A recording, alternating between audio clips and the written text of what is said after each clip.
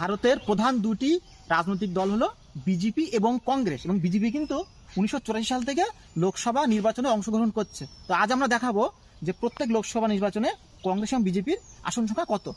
দেখো, প্রথমে 1984 সালে বিজেপি 2টি, কংগ্রেস 404টি।